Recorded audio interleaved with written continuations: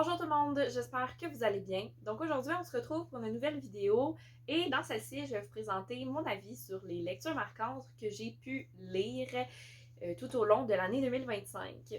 Donc, comme ça peut être le cas pour les lectures lues en 2024, j'ai choisi cette année de faire des avis à chaud, donc de présenter mon avis à la minute presque où je finissais le livre ma lecture, tout simplement. J'ai deux choses, bien évidemment, à vous dire comme petit disclaimer, information. Première chose, puisque ce sont des avis que je fais à la seconde presque où je termine ma lecture, ça m'arrive d'être pas super explicite dans mon avis, d'être extrêmement guidée par mon émotion ou de juste simplement pas savoir quoi vous dire parce que j'ai pas ultra le temps de réfléchir. Donc, mes avis sont plus ou moins construits. Mes avis sont parfois répétitifs. Donc, vous m'en excuserez.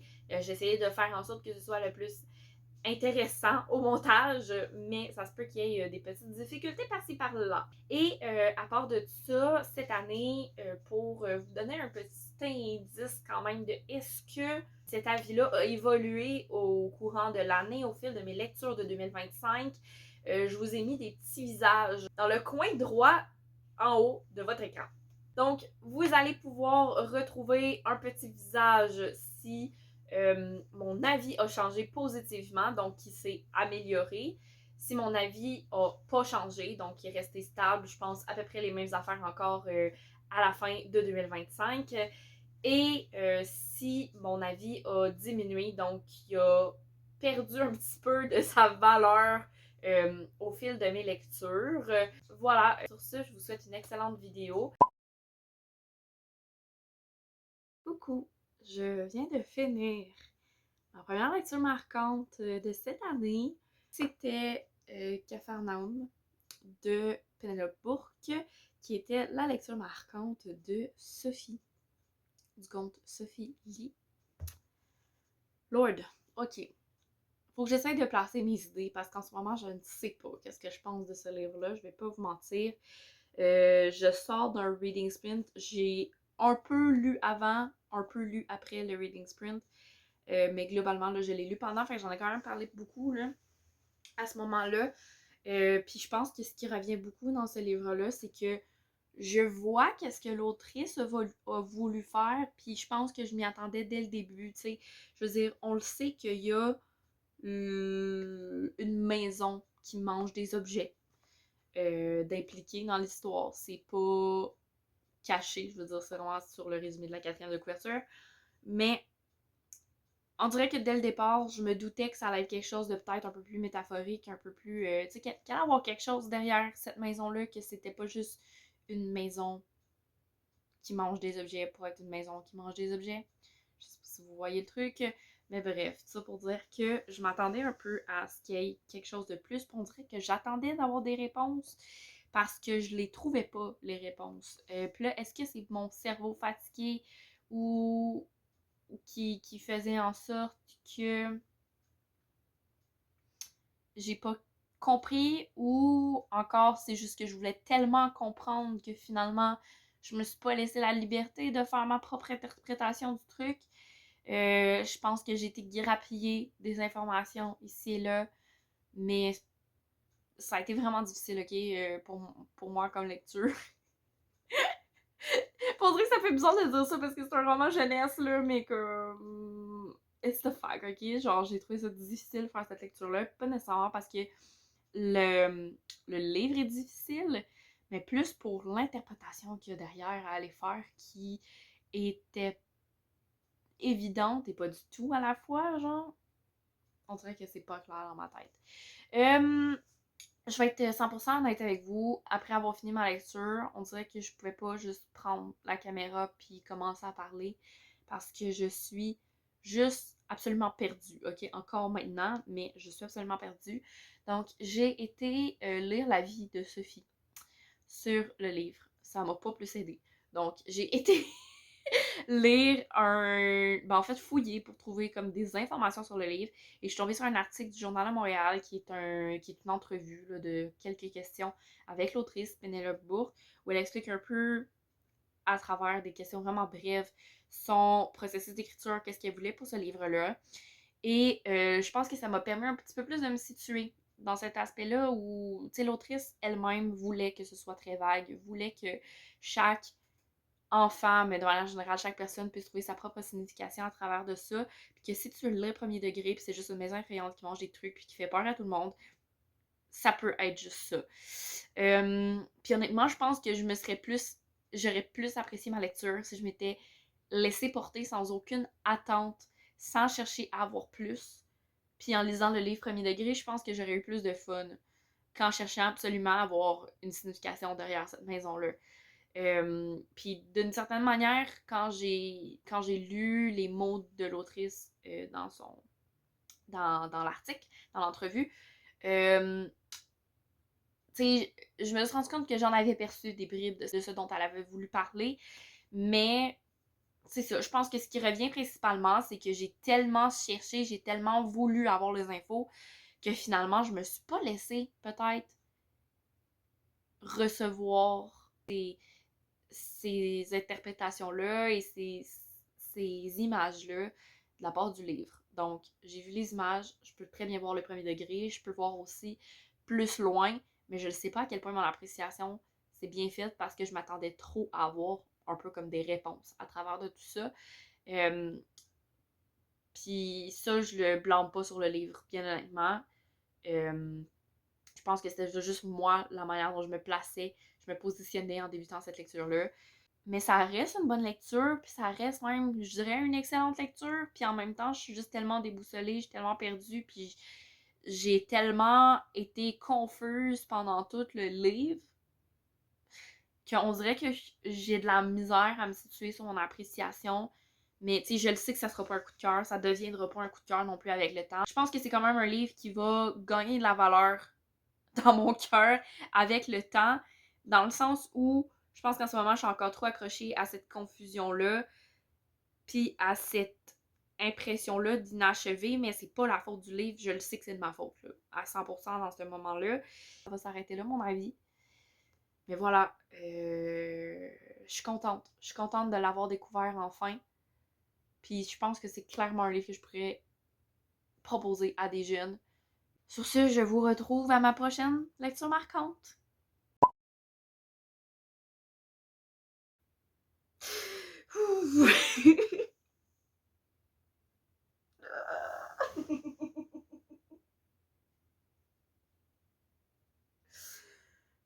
Ah, bonté divine. Ok. La question, c'est je vais arriver à parler sans broyer tout le long. J'ai même plus d'eau. Bon, ok, go, on jase. Allô? Je viens de finir prendre son souffle. Il n'y aura pas de suspense là. J'ai fini de prendre son souffle. Catherine, je sais pas si je t'aime ou je te déteste en ce moment. Ah, bonté divine. Oh là là, ok. C'est genre vraiment décrissant et si beau en même temps. Comme livre. J'ai l'impression que ça faisait tellement longtemps que j'avais pas vécu des émotions aussi brutes que ça en lisant un livre. Puis on dirait que j'avais vraiment beaucoup d'appréhension. Non, pas juste on dirait. J'avais vraiment beaucoup d'appréhension par rapport à ce livre-là parce que je savais pas du tout de quoi ça parlait. Je suis rentrée les deux pieds joints dans ce livre-là sans rien savoir. J'avais la couverture, le titre, and that's it, that's all. Le fait que beaucoup de gens l'aimaient aussi. Euh, Puis justement, c'est quelque chose qui me faisait peur parce que je pense que à this point, vous le savez, là, mais quand un livre est trop populaire, moi, ça me turn off beaucoup plus souvent que d'être attirée par ce livre-là, ces livres-là. Fait que ça m'avait un peu fait ça pour prendre son souffle, malheureusement. C'est tellement triste, mais tellement beau en même temps, comme, comme histoire, comme parcours des personnages, comme évolution, comme réalisation aussi à la fin. Puis comme, juste comme finale. Puis bien évidemment, j'en dirai pas trop parce que vous l'avez pas lu, je veux pas vous spoiler. Mais voilà, c'est le résultat de cette lecture-là. Je l'ai fini en pleurant comme une bonne. Ça faisait longtemps que j'avais pas fait ça en vidéo. D'ailleurs, je tiens à parler du fait que j'ai tellement aimé le fait que ça aborde les maladies dégénératives. Je connaissais pas cette maladie-là du tout. Il y a la SLA qui est mentionnée un petit peu plus tard là, dans le livre à cause d'un autre personnage. Puis celle-là, je la connaissais comme de loin, sans rentrer dans les gros détails. Je connaissais quand même déjà cette maladie-là, qui est quand même un peu plus connue de manière générale. Mais là, celle d'Eden, je savais pas du tout que ça existait. Donc, belle expérience de décentrement par rapport à ça, mais wow! Voilà, j'ai rien de plus à dire. J'ai pas envie de m'étendre sur des mots que j'ai pas en ce moment. À essayer de verbaliser quelque chose que je pense que ça va me prendre plusieurs jours à accepter, puis probablement à définir à l'intérieur de moi, point. Fait que sachez juste que c'est un excellent livre. Merci Catherine, je me suis décidée. Merci. Merci Catherine de m'avoir fait lire ce livre-là. On se retrouve sur la prochaine lecture marquante que je lirai.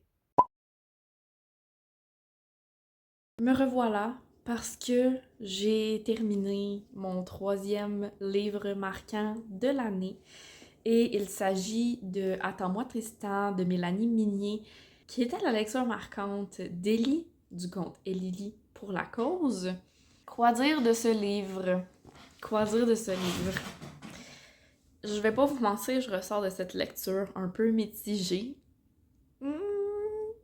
Je trouve que c'est un livre qui a plein de potentiel, mais il y a des trucs pour moi qui ont accroché. Oh là là, on dirait que j'essaie de réfléchir à une manière de le dire.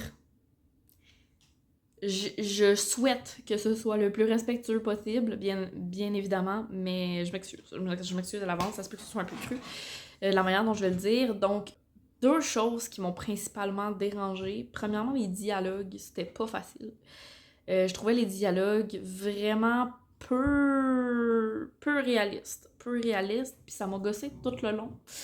Genre, ça m'a un peu, c'est ça m'a un peu déplu, dérangé, parce que, tu sais, on est avec des ados le 3/4 du temps, pis t'as pas l'impression que c'est des ados qui parlent, encore moins des ados du Québec.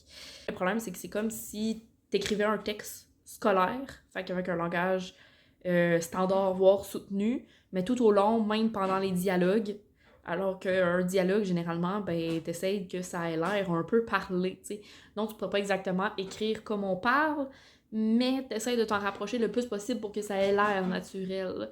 Et le feeling était pas là. Le feeling était pas là, donc la majorité du temps, j'avais juste l'impression de lire quelque chose de super artificiel. Puis c'était vraiment désagréable de ce côté-là, malheureusement.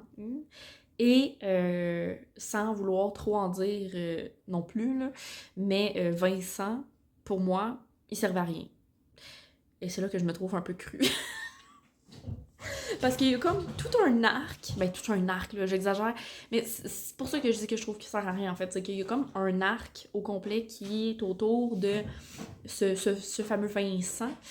Pour moi, il servait à rien. Il servait à rien, il est inutile.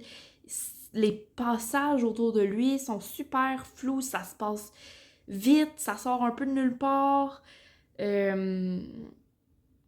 Fait qu'au final, je sais pas pourquoi ça fait partie de l'histoire. T'sais, on dirait que c'était juste un déclencheur.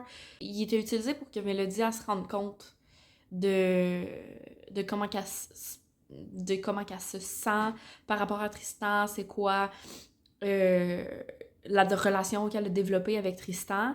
Puis en même temps, genre, t'es comme, est-ce que c'était vraiment nécessaire qu'il y ait ça comme déclencheur? À mon avis, vraiment pas. Pour moi, Vincent, il servait à Sweet Fuck All, ok? Puis c'est ça, c'est là où je me trouve un peu raide.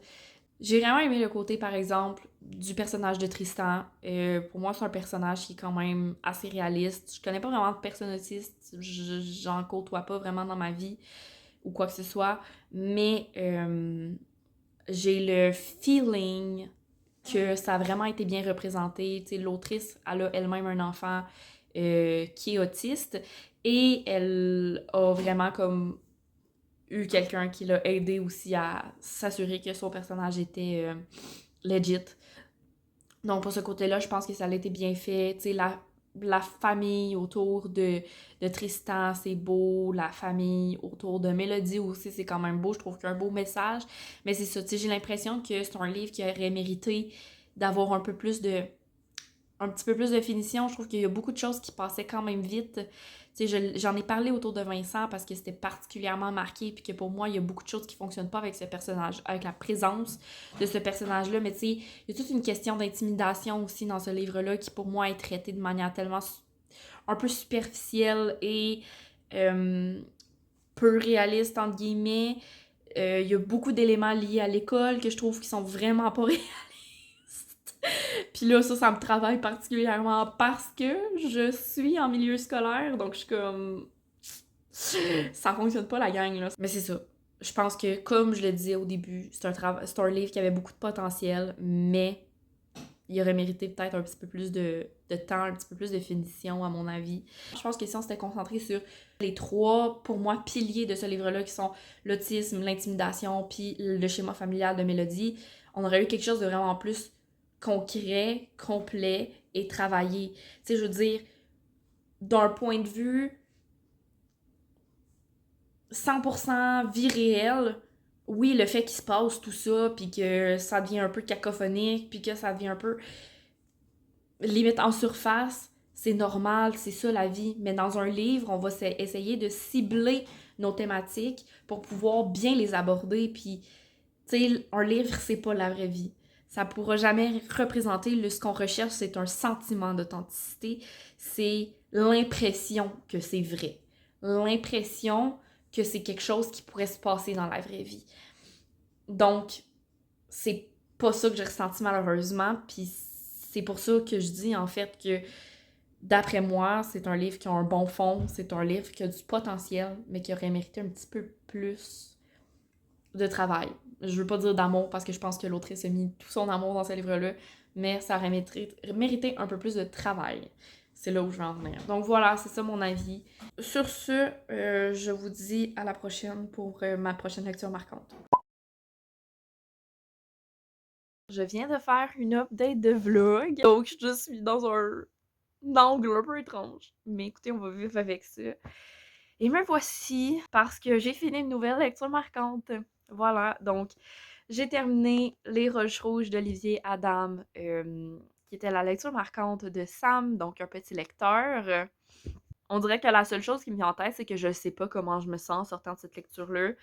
C'est clairement une lecture que j'ai appréciée. Est-ce que je suis prête à dire que ça va être ma meilleure lecture de l'année? Vraiment pas. Mais j'ai apprécié. Il y a quelque chose dans ce livre-là qui est vraiment particulier parce que laissez-vous pas flouer par la couverture toute mimi, toute summer vibe, toute genre oh là là, la playa. Non, non. C'est des traumatismes par-dessus des traumatismes, ok, ce livre-là. Puis j'ai été avertie, je le savais parce que Sam m'en avait parlé l'année passée. Euh, Puis quand il me l'a donné à lire, j'étais comme tant mieux parce que je veux le lire depuis qu'il m'en avait parlé justement. Mais je vais pas vous mentir que justement, j'appréhendais ce côté-là de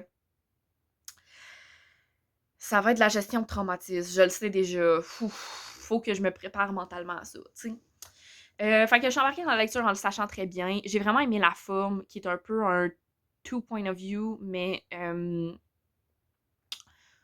qui est indiqué sans être indiqué, là, tu sais, je veux dire, sur les premiers chapitres, quand t'apprends à connaître les deux personnages principaux, tu le vois pas vraiment, le changement de point de vue.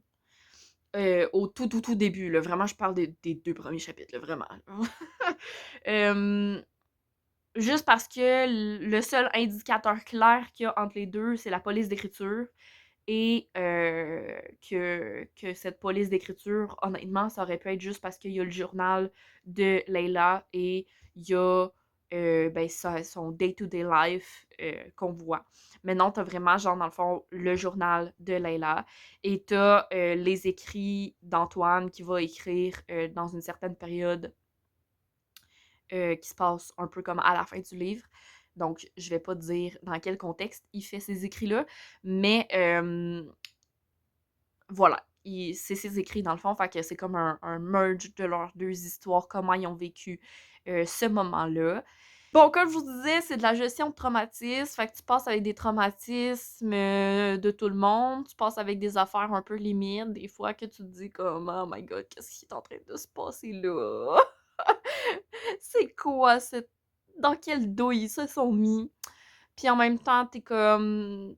T'espères juste qu'ils vont mieux aller. C'est quand même relativement facile, je trouve, de s'attacher à ces personnages-là. Mais en même temps, je peux voir pourquoi quelqu'un s'attacherait zéro à ces personnages-là. Genre, j'ai pas été voir zéro avis à propos de ce livre-là. Le seul avis que j'ai, c'est celui de Sam, qui a vraiment aimé ce livre-là. Je peux comprendre pourquoi ce serait difficile de s'y attacher, mais je peux... En fait, je pense que c'est un peu ça passe ou ça casse avec ces personnages-là. Soit tu les aimes vraiment beaucoup, soit tu les détestes pour crever. C'est assez brut de décoffrage comme écriture. En même temps, j'aime, ça fit avec l'histoire, ça fit avec les personnages. C'est cru, c'est straight to the point. Puis en même temps, t'as quand même des moments où on dirait que les personnages se laissent un peu aller justement dans leur écriture, puis se laissent aller à juste décrire dans quel environnement ils se trouvent, décrire dans quel... qu'est-ce qui se passe autour d'eux, sans partir dans des grosses envolées lyriques, là, mais quand même en ayant un petit peu cette notion-là de voir le détail, alors qu'ils sont un peu en mode survie. Puis en même temps, il y a ce côté-là, justement, un peu raide, un peu brut, qui est vraiment très, très présent aussi, même dans ces moments-là, comme je disais, qui est un peu plus conscient, mettons, de l'environnement. Je sais pas trop comment parler de ça, mais c'est un peu comme ça que j'en ressors. En fait, je pense que je suis encore trop troublée en ce moment par, pas nécessairement mais la fin, mais juste de manière générale l'enchaînement des événements, dans le sens où même dans la lumière, il y a tellement de marde et d'ombre dans ce livre-là, dans le sens où même quand tu sens que ça va aller pour le mieux pour eux, il y a un petit truc qui vient gâcher le truc. Tu sais, tu te dis comme, OK, enfin, ils vont bien aller, mais il y a quand même ce petit truc-là où tu fais comme, peut-être pas à 100% non plus, tu sais. Fait que, on dirait que on reste un peu sur notre fin, mais c'est pas non plus négatif, tu sais, de rester sur sa fin, tu sais, dans l'idée où on a leurs écrits, fait que quand on arrive à la fin, ben, eux autres non plus savent pas qu'est-ce qui va se passer dans le futur, tu sais. On a un merge de leurs deux histoires, c'est le souhait de Layla. C'est le seul souhait de Layla, puis c'est à toi de juger. De juger de leur histoire, j'ai envie de dire. Puis c'est un peu comme ça que se conclut le récit aussi. En fait, je pense que ça je suis prête à vous le lire dans le sens où c'est pas tant un spoil, là, faut juste que je le retrouve. Là. Layla, elle conclut l'histoire en disant ceci. Oui, ça suffirait en un sens. Pour porter un jugement véritable, un jugement juste, son récit, mêlé au mien. Mais ça, personne ne le lira jamais. Ce qu'on en comprend de ce récit-là, c'est que c'est un peu le souhait de Layla. Elle voulait que les gens puissent lire un mélange de leurs deux récits, et c'est ce que c'est. Donc, à ce moment-là, ben, eux non plus savent pas c'est quoi leur avenir, eux non plus savent pas c'est quoi la fin de cette histoire-là. Ils savent juste, au moment du souhait de Layla, qu'est-ce que c'est, et c'est ça qu'on a. Donc, ça fit pour moi qu'on reste un peu sur notre fin, sur comme, on veut savoir qu'est-ce qui va se passer avec cette part d'ombre qui reste à leur histoire. Mais ouais, bref, j'ai bien aimé. Je me rends compte, en fait, plus j'y réfléchis, plus je verbalise et plus je l'apprécie. Après, je pense que je vais rester troublée pendant quelques jours encore. On va pas se mentir. Par rapport à ce livre-là, parce que Lord, c'est quelque chose, c'est quelque chose. Genre, pour vrai, là, soyez bien dans votre tête quand vous lisez ça, là. C'est un roman jeune adulte, là, mais comme jeune adulte un peu plus vieux, là. Parce que... je donnerais pas ça à n'importe qui. Voilà, je vais conclure là-dessus. J'espère que vous allez toujours bien au bout de ce 4e avis et on se retrouve dans un prochain avis. Bye! J'ai fini une nouvelle lecture marquante, mais soyons honnêtes, ce ne sera pas un avis à chaud autant que n'importe quel autre livre que vous avez pu voir avant, parce que ce qui s'est passé avec ce livre-ci, c'est très très différent de tout ce que j'ai pu expérimenter jusqu'à maintenant en lisant des lectures marquantes. Donc, le livre en question, c'est The Warm Ends of Ghost de Catherine Arden et c'était la lecture marquante de A Book and a Cup, donc Élise. Ok, en quoi était-ce différent? Je l'ai lu en partie pendant mon vlog 24 heures en mai dernier. Et là, présentement, on est en septembre. Trouvez l'erreur. Donc, en mai, je l'avais pas terminé. Je l'ai poursuivi légèrement au mois d'août. Je l'ai pas terminé. Et là, je viens de le terminer, mais je viens de le terminer il y a une semaine. Mais tout ça pour dire que je me suis retrouvée à, en fait, trop réfléchir, je pense, à ce livre-là. Surtout que mon niveau d'appréciation est pas top top. Donc, est-ce que je déteste ce livre pour mourir? Absolument pas. Je pense que c'est un livre qui, entre les bonnes mains et dans le bon contexte, peut être absolument excellent et je crois que ça aurait pu être un livre pour moi. Ça aurait pu. Mais ça l'a pas été malheureusement. Et je dis malheureusement parce que honnêtement, je pense que ça aurait pu être pour moi. Déjà, on se retrouve dans un contexte de guerre mondiale. Donc, on est sur la première dans celui-là. En plus, on a un peu comme un petit côté surnaturel, un petit côté magique à toute cette histoire-là. Mais, malheureusement, j'ai pas accroché. Qu'est-ce qui a fait que j'ai pas accroché? J'ai un peu de la misère à le dire. Un des premiers éléments que je peux identifier sur pourquoi j'ai finalement pas tant trippé sur The Warm Ends of Ghost, c'est le fait que moi, je m'attendais à quelque chose de full fantastique. Je m'attendais à vraiment plus de magie que ça, alors que c'était beaucoup plus utile que ce que je pensais. Puis on se trouve plus dans une fiction historique avec des touches magiques que vraiment du full-on fantastique. Je vais dire ça comme ça. Donc, moi, avec mes petites attentes, j'ai eu un petit 2 secondes d'adaptation. Puis quand on s'est retrouvé avec les points de vue de la fille, j'ai eu beaucoup de misère à embarquer, énormément de misère. Puis c'est quand on est arrivé dans les points de vue de son frère que j'ai réussi à déjà plus embarquer. C'était pas rien d'exceptionnel, mais déjà j'ai réussi plus à embarquer parce que c'était avec lui qu'on va retrouver le plus les éléments magiques, du moins pendant la première partie de l'histoire. Et tout ça a fait que j'ai vraiment plus accroché à un point de vue qu'à un autre, vous comprendrez. Et malheureusement, Laura, on passe plus de temps avec elle. Par la longueur des chapitres, premièrement, et par le nombre de chapitres qui lui sont accordés de son point de vue. Alors, j'ai eu de la misère à embarquer. Et ça, c'est un problème dont je parlais déjà justement dans mon vlog 24 heures. Le fait que si j'avais lu ce livre-là papier, j'aurais pas réussi à le finir, je pense. Le fait de le lire en audio me forçait à lire toutes les parties.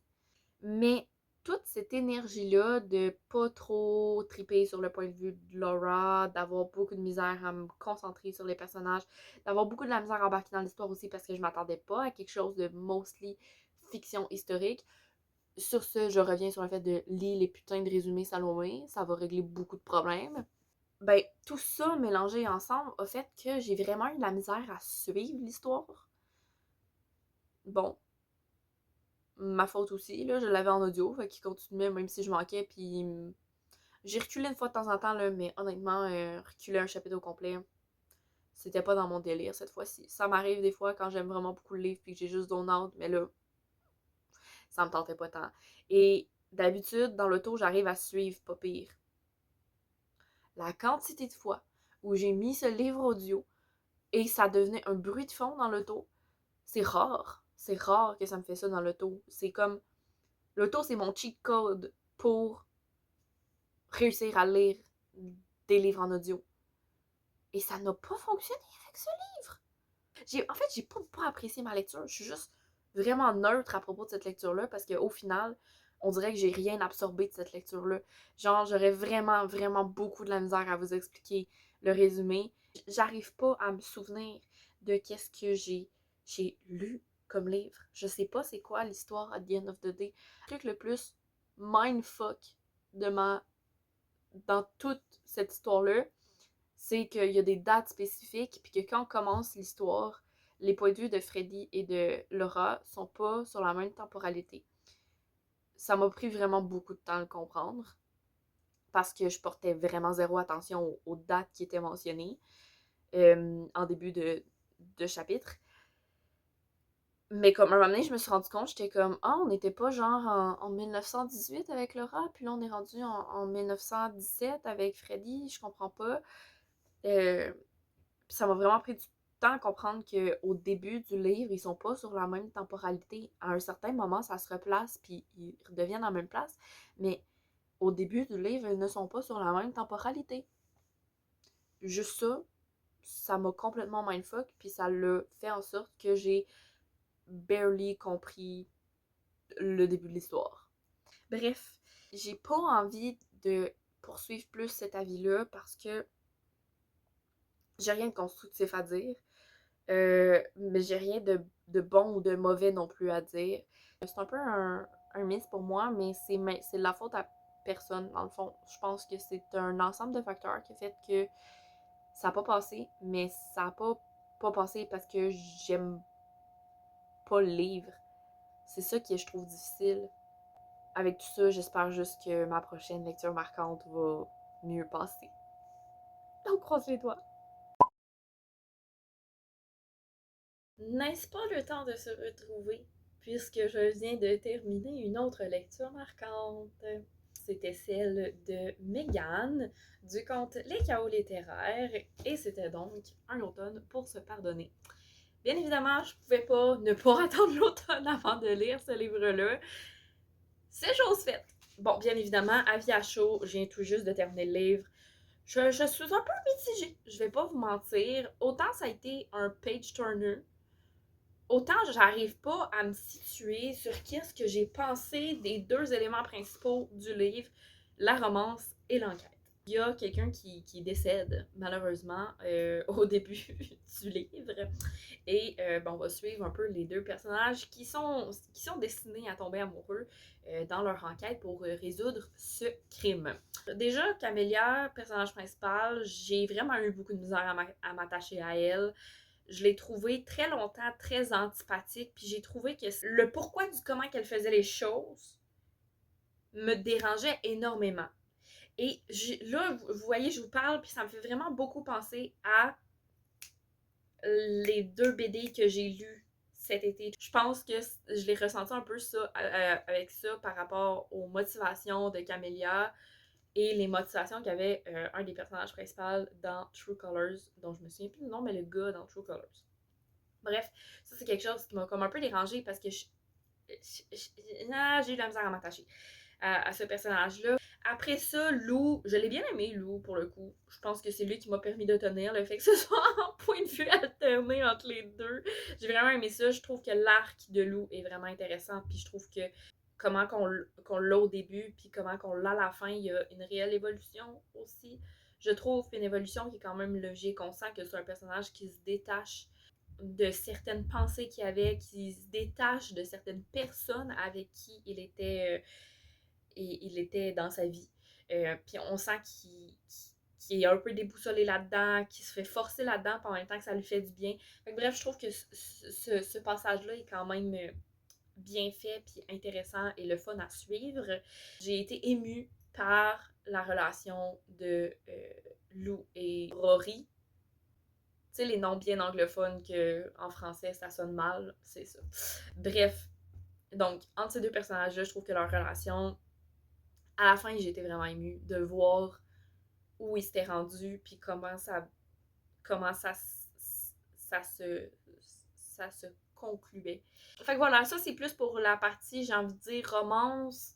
J'ai eu de la misère à accrocher à la romance. C'est dommage parce que c'est une romance. Mais ça a été pour moi le point le plus négatif, j'ai envie de dire, dans tout ça, parce que beaucoup de difficultés à voir la possibilité de la romance entre les deux personnages. vu le parcours qu'ils ont eu. À la fin, je le comprends, mais tout le long, j'ai eu de la misère à comprendre comment ça allait pouvoir devenir une romance, vu les motivations qu'il y avait avec Amelia dans sa recherche de vengeance. Je vais le dire, là. C'est exactement la même chose que je reprochais un peu à True Colors, justement. Fait que c'est pour ça que je fais le parallèle entre les deux. Si on passe au niveau de l'enquête, j'ai quand même aimé ça. Je pense que, en fait, l'enquête, là où la romance n'arrivait pas à me tenir, c'est l'enquête qui a réussi à me tenir. Le côté policier, le côté on veut trouver c'est qui a tué. Ça, c'est ce qui m'a tenu, c'est ce qui a fait que pour moi, ça a été un page turner-ish.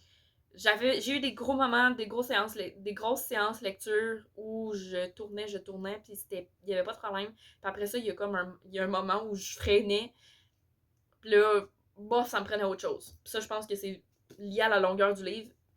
De toute manière, moi, je trouve qu'il y a des romances de plus de 500 pages, ça devrait pas exister. Bref, tout ça pour dire que c'est cette enquête-là qui m'a permis de tenir. Après, est-ce que ça finit par être un petit peu rocambolesque et tiré par les cheveux? Oui. Est-ce qu'on apprécie tout de même? Oui. Je m'en plaindrai pas. C'était divertissant, c'était le fun à lire.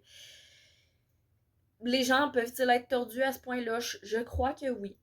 Je crois que oui. Fait que, est-ce que ça a le mérite de potentiellement être réaliste? Réaliste peut-être pas, mais authentique. Authentique étant une recherche de réalisme. Donner l'impression que c'est réel. Alors oui. Je peux dire que c'est authentique. Bref, je vais m'arrêter là. J'ai pas grand chose de plus à dire. Est-ce que j'ai aimé? Oui, sans plus, je vais dire. Je pense que Morgane Moncombe fait partie de ces autrices de romances que j'étais capable de lire et apprécier à mon plein potentiel sur la fin de mon adolescence. Mais que maintenant, j'ai de la misère à accrocher à leurs histoires, à leurs univers. Donc, j'ai de la misère à les lire. Je suis comme passée à autre chose dans ce que je veux lire au niveau de la romance, puis dans ce que je veux lire de manière générale. Fait que Morgane Moncombe n'est pas le cas le plus flagrant, mais je crois qu'elle en fait partie. Je me fermerai pas à aller découvrir les autres livres de sa série Seasons, mais je pense pas que ça va être non plus mon cheval de bataille de finir absolument cette série-là dans les mois qui viennent. Ça me dérangera pas de le traîner. Puis quand je me dis que je suis prête à avoir une petite romance comme ça, que je sais que ça va être trop long, tiré par les cheveux, puis mais que je veux que ce soit page turner, je vais me diriger vers ça. Mais sinon, je courrai pas après. Donc voilà, c'est maintenant la fin de ce livre. Je suis pas fâchée de l'avoir lu, mais j'ai un peu hâte de passer à ma prochaine lecture. Donc voilà, c'est tout pour mes avis des lectures marquantes de 2025. J'espère que vous les aurez appréciées. Si c'est le cas, n'hésitez pas à liker la vidéo. En commentaire, vous pouvez m'indiquer si vous avez lu certains de ces livres et quels étaient votre avis sur les 10 livres. Et sinon, vous pouvez aussi m'indiquer quelle a été votre lecture marquante de 2025. Au cas où vous n'auriez rien à dire de particulier en commentaire, mais que vous voulez quand même indiquer que vous êtes arrivé jusqu'ici dans la vidéo, n'hésitez pas à laisser une petite flamme pour ces avis à chaud. Sinon, je vous invite à vous abonner à la chaîne si ce n'est pas déjà fait pour être sûr de ne pas manquer les vidéos lorsqu'elles sortent. Et sur ce, je vous souhaite une excellente journée et je vous dis à la prochaine. Bye bye!